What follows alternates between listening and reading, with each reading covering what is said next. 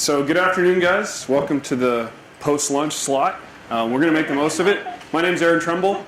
I lead the software experience and product portfolio for HP. The interesting thing about this is I'm actually not from the web side or from the marketing side. I'm actually from the product side. And we use Engage to drive our customer welcome and greeting and orientation to new devices. So today I'm going to take a little bit of time to tell you what we're doing, how we're doing it, and why, and the direction that we're taking in the future, and why we're so excited about using this platform. We've been working with RichRelevance for about 12 to 18 months. It took us about a year to go from idea to first deployment, and we're just starting to ramp this up. So I'm going to tell you a little bit more about that. And one of the reasons is that we want to be able to tell the customer what makes that exact device spectacular.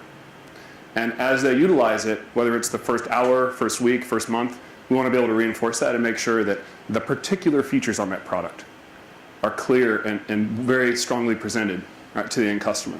And then as they start to use it, we want to learn from that and take that data and personalize the way that we interact with them, have a personalized channel, right, with that end customer. And we never had that before. Right? Traditionally, we treated all of our customers the same way. Really stubborn problem. We gave them a lot of software and features that they may or may not want because we didn't have ability to do it any differently. So I think our engagement with RichRelevance is really helping us get after some of these problems you see here. So when we went and talked to customers, we actually found that software plays a huge role in this part of the experience. So specifically, they didn't really like what they were getting pre-installed. Right? And software plays a really important part in the future, and actually it drives about half of the purchasing criteria or the needs and wants you want in your next device. But customers really aren't satisfied with what they're getting out of the box, right, because it's very general.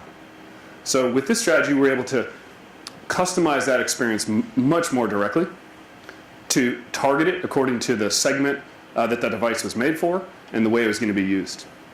The great thing is we have an opportunity at the first use of the product that's very, very powerful.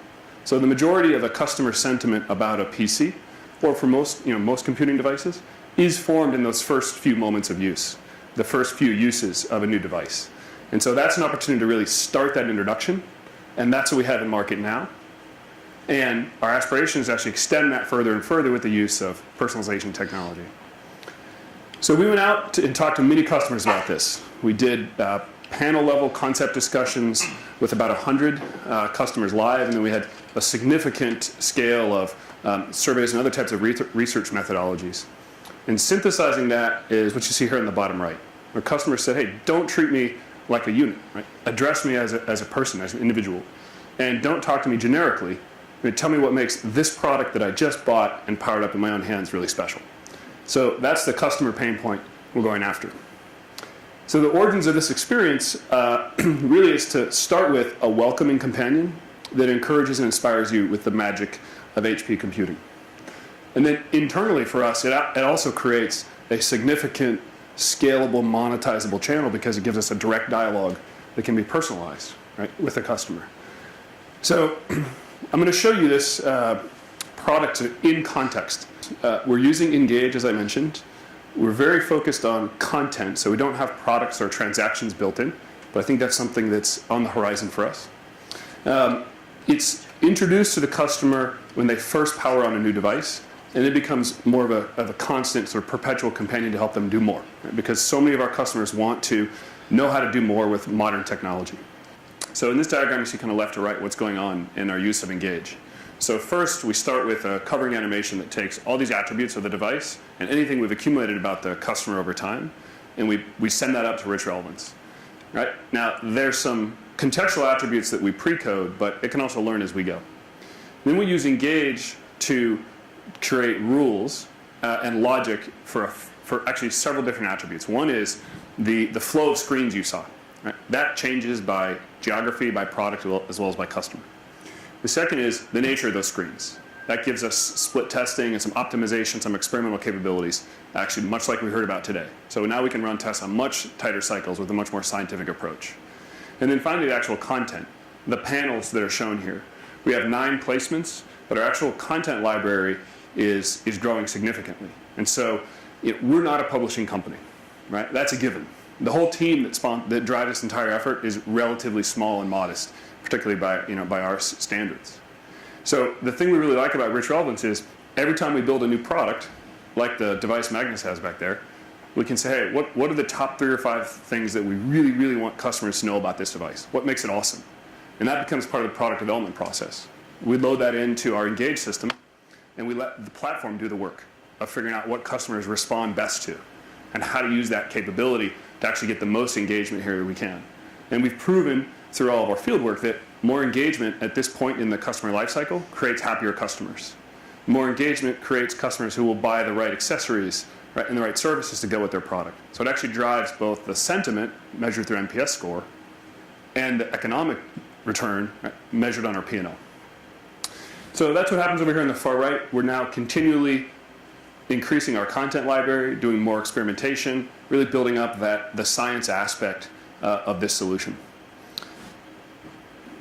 And then obviously I skipped over the middle where we've got the entire front end, right, in the form of a web page using HTML and JavaScript that we host in our own CMS system. And then Rich Relevance will reference that and our application will load it in, much like a web page, but actually embedded in a client application in a Windows environment. So it's early days, but so far the results have been really strong. We started this effort live in market around August, and throughout the holiday we very quickly took our initial pilot deployments up to a million monthly customers, and we maintained that level, and now we're expanding that reach. I think the more interesting thing is the second and third graph, which is more descriptive of how customers are engaging with it. It's fairly simplistic today, but every week we're driving new content into this platform. So every week we get better and better, and we get smarter, and we can test and adapt. So in the center you'll see the average minutes of use. So month over month, the amount of time customers spend exploring this to learn about their new products is growing. And on the far right you see the click-through rate of content, so going from the first level to the second level of content to get more depth. I think we're doing pretty well so far at getting customers to spend time and go explore there. And we have proven already that the more time they explore, the more they do with their new device, and the happier they are, and the more likely they are to recommend it. And that's how we get past the history of being your father's printing company, right? Helping our customers do more awesome things when they're computing.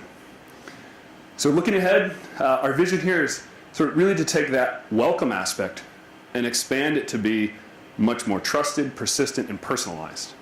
Because after your first use, we can accumulate more and more insightful information without PII. Right? So that's really not a part of the way we're operating today, but we can accumulate a ton of insights and then act on those using tools from Rich Relevance. So I'll take you through a few visual examples because it's the fun stuff, right? The visual storytelling. Here's an example, a little bit of theater around a new product you might buy. We engineered this mouse to have not only like a beautiful aesthetic design to go with that notebook, but to work better, to have lower battery life, more resilient Bluetooth performance, all those sorts of good things. But that's not worth very much if the mouse is not on shelf with the device and no customers can find it. Right? So we want to make sure when you buy a flagship device, we want the flagship accessories to have 100% awareness and a much higher connect rate. And actually I think this Rich Relevance experience is the thing that's going to take us from performance in the teens to performance well over the 50% mark. So you can imagine that this is your welcome experience. It actually gives you a product tour. It tells you what you can't miss there. And then as you get into this, it gets richer and richer. So again, we mentioned we have multiple panels here. As you scroll, it has a vertical scrolling interaction model. Once you go down, then it's a very dynamic space, very open-ended. We can talk about accessories, software, key features, partnerships. Right? It's extremely open-ended. We actually don't know what the perfect formula here is.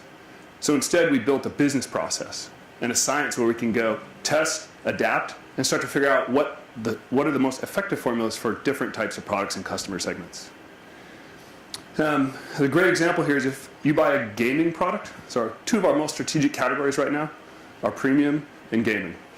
That's where all the growth in personal computing is at this point in time, and that's also where all the margin is. So this is an example of what you might see on a flagship premium product. But let's say you're a hardcore gamer, and I guess there are at least a couple of you guys sort of lurking in this room. It might look like this, right? Completely different complexion. It takes on the personality, the look and feel of what our gaming brand is all about. And we have that same platform capability behind the scenes to customize not only the welcome, but all the tips and recommendations and discovery to what's most germane to this customer. So in this case, we're talking about gaming platforms and how to do very interesting things that are relevant to this customer, like overclocking. And this is all powered by the same platform. And this actually, we have the prior version in a simple manner in market today. So we're also really excited about enriching this interaction. I think we started with something that's fairly simplistic. We want to have more depth and more flexibility there. So we have teams that are doing quite a bit to envision what this should be like in the future. So this is Christine and our product team here going through a workshop thinking about how to create the right customer interactions here. Right? This takes time, takes iteration. So we're constantly taking what we're learning through all of our instrumentation and driving that back into our product ideation and definition. This is the fun stuff, by the way. Some of my favorite parts of the job. So longer term, what we really want to do is take this platform and extend it beyond just a welcome all the way around the customer experience, customer lifecycle. So I showed you earlier a little bit about our marketing. So we want to make sure that the hero positioning and features that we market, that extends all the way into the product.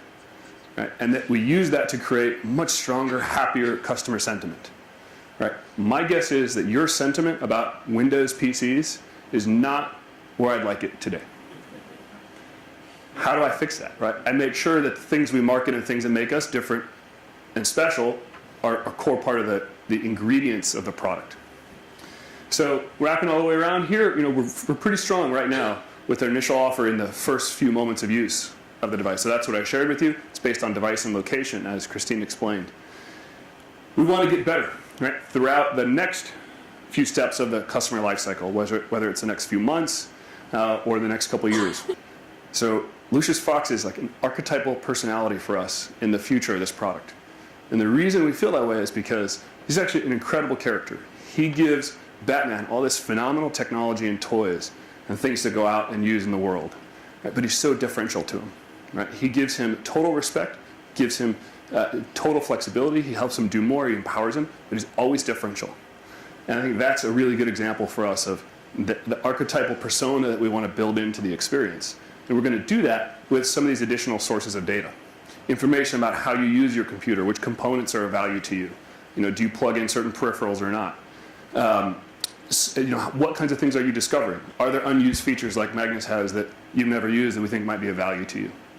And then finally, building out our content library and seeing what customers engage with. Right? That gives us a lot of actionable data. And then in the back half of this experience, as your device is reaching its, later in its life cycle, we want to be able to tie in some of the things we're doing on support to be both more contextual with more available touch points, like a better dialogue between the customer and the company, and also start to get more and more predictive. So as you're thinking about your next device, right, you have a clear source of information. As you're thinking about what's going wrong with this, like is it me?